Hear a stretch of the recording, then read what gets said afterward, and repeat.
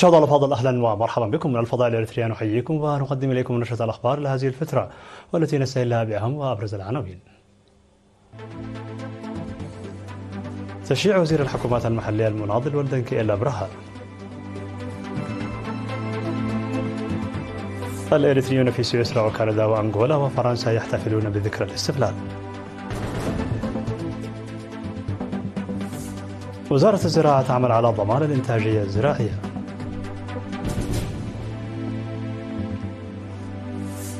مقتل 40 جنديا من القوات المالية في هجوم على معسكر للجيش.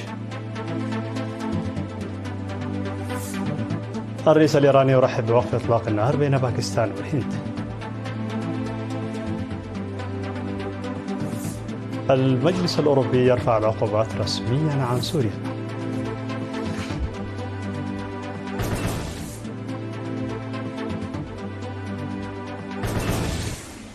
مرحبا بكم من العناوين إلى التفاصيل. شيع وزير الحكومات المحلية المناضل والدنكي إلى برها إلى مثواه الأخير في الساعة 10 من صباح اليوم 27 من مايو بمقبرة الشهداء في العاصمة أسمرا، بحضور الرئيس سياس أفورقي وكبار المسؤولين في الحكومة والجبهة وآلاف المواطنين. بدأ المناضل والدنكي إلى برها نضاله السياسي في حركة تحرير إريتريا عام 1961، وانضم عام 1974 إلى قوات التحرير الشعبية، وخدم حتى عام 1979 في جهاز الإدارة الشعبية مسؤولا لفرع 06 بضواحي أسمرا.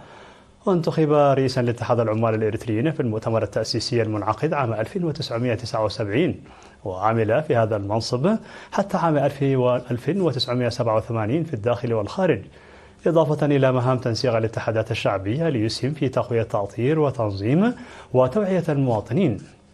انتخب المناضل والدنكي إلى برها عضوا في اللجنة المركزية للجبهة الشعبية لتحرير إريتريا في المؤتمرين الأول والثاني، وعضو المجلس المركزي والمجلس الوطني في المؤتمر التنظيمي الثالث عام 1994.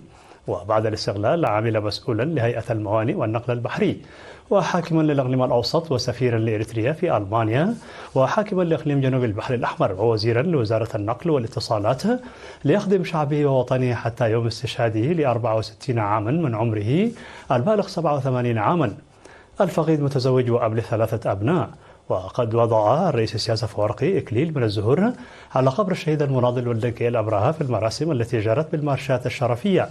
ووضع مسؤول الشؤون السياسية في الجبهة الشعبية للديمقراطية والعدالة السيد يماني قبراب أيضا إكليلا من الزهور باسم الجبهة، والسفير عبد الله موسى باسم وزارة الحكومات المحلية، وابنته ومواليد والدنكي باسم الأسرة. استشهد وزير الحكومات المحلية المناضل والدنكي إلى برها في 24 من مايو عن عمر ناهز 87 عاما جراء مرض ألم به.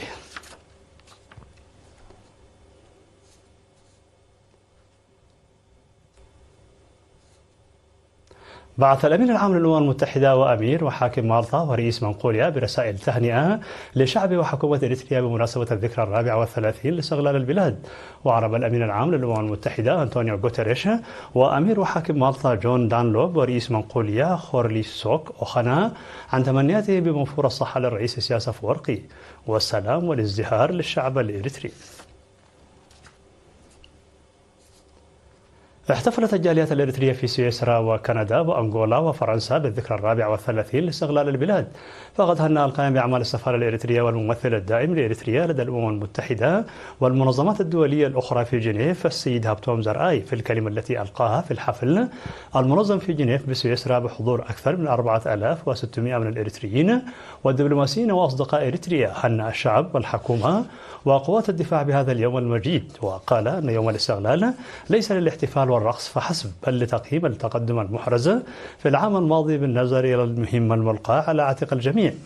وشكر مسؤول الشؤون العامة والمجتمعية السيد تولي يوهانس الضيوف ومنظمي الاحتفال، وقال أن من دواعي السرور مشاهدة الكل صغارا وكبارا يحتفلون معا. وقدمت في المناسبة عروض فنية تعكس نضال الشعب الإريتري، فضلا عن قطع كعكات الميلاد للأطفال المولودين في 24 من مايو. في غضون ذلك نظمت السفارة الإريترية في سويسرا حفل ذكرى الاستقلال في 22 من مايو حضره دبلوماسيون من مختلف البلدان. وفي كندا احتفل الإريتريون بمدن تورنتو ولندن وهاملتون وكيتشنر ومونتريال وأوتاوا وفانكوفر ووينبيج وويندسور وساسكاتون وكالاغاري وهاليفاكس وأدمونتون وغوالف وريجينيا بذكرى استقلال إريتريا في الفترة من 17 وحتى 24 من مايو. وتضمنت الاحتفالات التي حضرها الضيوف المدعوون برامج ترفيهية وتعليمية متنوعة. وألقت مسؤولة مكتب القنصلية الإريترية في كندا السيدة أماريش مبرحتو كلمة في الحفل المنظم في تورنتو. كما تم رفع العلم الإريتري في كل الاحتفالات التي نظمت يوم 24 من مايو على شرف ذكرى استقلال إريتريا. على الصعيد نفسه تم الاحتفال بذكرى استقلال إريتريا في مدينتي لواندا وديندو الأنغوليتين. اشتمل الاحتفال على عروض رياضية وثقافية قدمها طلاب المدرسة العالمية الإريترية. وسيتم الاحتفال بالذكرى 34 لاستقلال إريتريا في مدن بنغويلا ولوبانغو ووامبا في الأيام المقبلة. وفي فرنسا احتفل الإريتريون في مرسيليا بيوم ذكرى الاستقلال يوم 7 من مايو ونانت يوم 17 من مايو وباريس ورين وأنغ يوديجون وتور يوم 24 من مايو. وهنأ القائم بأعمال السفارة الإريترية السيد برخت باولوس ورؤساء الجاليتين الإريتريتين في باريس ونانت الشعب وحكومة إريتريا وقوات الدفاع، مؤكدين على تعزيز مساهمتهم في إنجاح البرامج الوطنية. هذا وسيتم الاحتفال بعيد الاستقلال في ليو في 31 من مايو. أشارت وزارة الزراعة إلى الجهود التي بذلت في 34 عاما الماضية لضمان الغذاء الطبيعي من المنتجات الزراعية والماشية. وتفيد تقارير قسم خدمات القانون والرقابة عن ارتفاع عدد المؤسسات التي تنتج المنتجات الزراعية الطبيعية مما ساهم في رفع الإنتاجية الزراعية. وشملت الجهود استبدال المنتجات الزراعية المعلبة المستوردة من الخارج بأخرى من الإنتاج المحلي بتشجيع ودعم إنتاج الألبان، إلى جانب رفع عدد المسالخ لضمان صحة المواشي عند الذبح. كما تتم إجراءات مراقبة للمنتجات الغذائية والمواشي التي تستورد من خارج البلاد بوضع غرف رقابة وعزل في جميع منافذ البلاد بدءا من المطارات والموانئ في مصوع وعصبة إلى جانب المنافذ الحدودية كمدينة تسني. ويعمل قسم القانون والرقابة في متابعة ومراقبة البذور المحسنة وطريقة التعامل معها، والتي مكنت من رفع نسبة إنتاج البذور المحسنة من 700 كنتالا في العام الواحد إلى 5000 كنتال. وجرى التخلص من الكيماويات التي تستعمل في الإنتاج الزراعي المرتبط بالثروات النباتية والحيوانية نظرا إلى التأثير السلبي الذي تحدثه، وذلك بإرسالها إلى خارج البلاد ليتم التخلص منها عبر المختصين. بالإضافة إلى ذلك قامت وزارة الزراعة بالتعاون مع المؤسسات الحكومية والخاصة المعنية بتوثيق أكثر من 4500 صنف من النباتات والحيوانات في المركز الوطني للمعلومات الزراعية.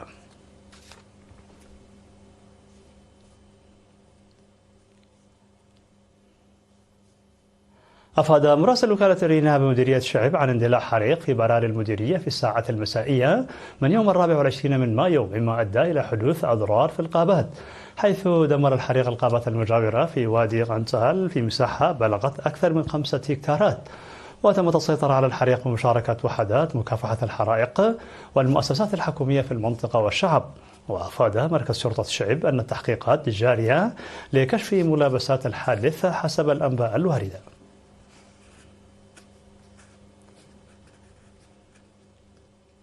عقد سيمينار في مديرية مقلو بهدف مكافحة العادات الضارة عامة وختان الإناث وزواج القاصرات بصفة خاصة. وأوضح مدير مديرية مقلو بالإنابة العقيد مانويل إياسو أن السيمينار المنعقد في إدارات ضواحي مقلو وأباروم وعد قناد وتركنا وشقلة وعد طحاي وعد مرق وأردة وكفرينكو وديليمي نظم بالتعاون بين الإدارة ومكتب وزارة الصحة. وقدم مسؤول الخدمات الصحية في المديرية الممرض مرهاوي تخلى ميكائيل شرحا حول مخاطر وأضرار العادات الضارة، داعيا الجهات المؤثرة على العمل لتغيير العادات.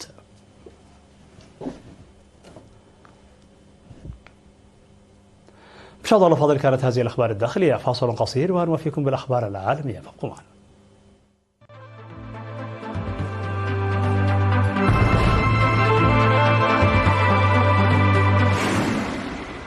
مرحبا بكم على الصيد العالمي. قتل ما لا يقل عن 40 جنديا من الجيش المالي في هجوم جديد نفذه مسلحون على معسكر ديورا بمنطقة موبيتي وسط البلاد. وقد أعلنت جماعة تابعة لتنظيم القاعدة مسؤوليتها عن الهجوم الذي خلف خسائر كبيرة في القاعدة العسكرية وفقا لمصادر أمنية ومدنية كانت في المكان. وظل المسلحون يترددون بين القاعدة العسكرية ومركز مدينة ديورا من دون أن يتمكن الجيش المالي من التدخل. ووفقا لمصادر أمنية فإن عدد القتلى بلغ 41 شخصا من بينهم قائد المعسكر ونائبه. ولم تستطع القوات الموجودة المقاومة أو الصمود أمام المسلحين.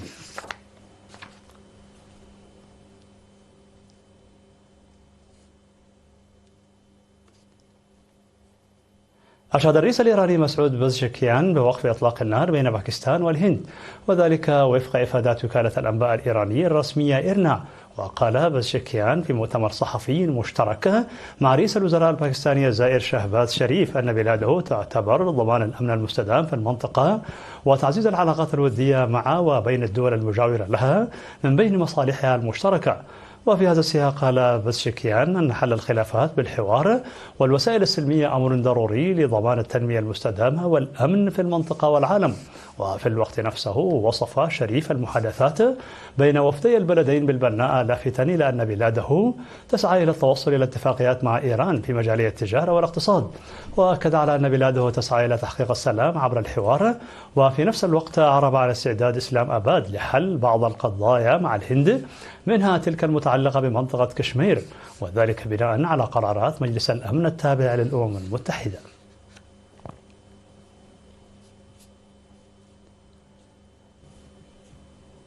وافق الاتحاد الأوروبي بشكل رسمي على رفع العقوبات الاقتصادية التي كانت مفروضة على سوريا، وقرر إبقاء تلك التي لها صلة بالحفاظ على أمن الشعب السوري واحترام حقوق الإنسان وحماية الأقليات. وجاء القرار في إطار اجتماع المجلس الأوروبي لوزراء الخارجية برئاسة مسؤول السياسة الخارجية كايا كالاس، التي قالت في تصريح مقتضب بعد نهاية الاجتماع الذي حضره عدد قليل من وزراء خارجية الاتحاد، عندما أعلن الاتحاد الأوروبي أواخر يناير في المؤتمر السنوي الذي ينظمه لدعم الشعب السوري رفع بعض العقوبات المفروضة على قطاعات حيوية في سوريا، وتعهد برفع ما تبقى منها مقابل خطوات يتخذها النظام الجديد في الاتجاه الصحيح.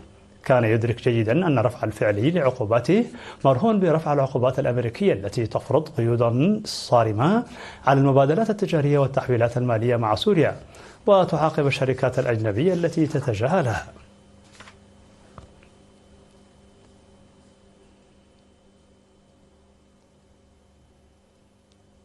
في الخبر الأخير أعلنت الهند رسميا تجاوزها لليابان لتصبح رابع أكبر اقتصاد في العالم من حيث الإنتاج المحلي الإجمالي الإسمي بقيمة تقدر بنحو 4 تريليونات دولار وفق بيانات صندوق النقد الدولي. هذه الخطوة ليست مجرد إنجاز رقمي، بل عنوان لمرحلة جديدة تدخلها نيودلهي بثقة وسط تحولات جيوسياسية عالمية تعيد رسم خطوط الإنتاج والاستثمار والنفوذ. إن الهند لا تنوي التوقف عند المرتبة الرابعة، بل تطمح لتصبح ثالث أكبر اقتصاد في العالم خلال أقل من 3 سنوات متجاوزة ألمانيا. وأوضح أن الهند تتفوق الآن على جميع الدول عدا الولايات المتحدة والصين وألمانيا، متوقعا أن تصبح الهند ثالث أكبر اقتصاد عالمي خلال 2.5 إلى 3 أعوام إذا استمرت في تنفيذ خططها الاقتصادية بنجاح.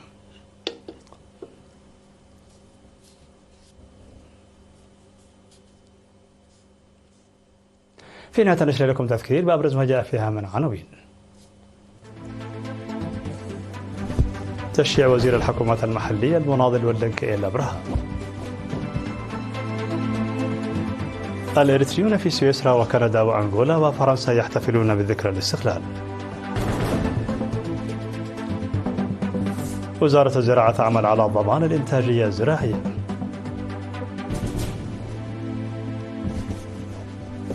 مقتل 40 جنديا من القوات المالية في هجوم على معسكر للجيش.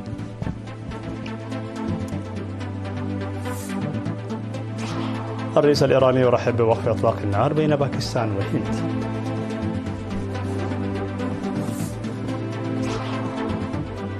والمجلس الأوروبي يرفع العقوبات رسميا عن سوريا.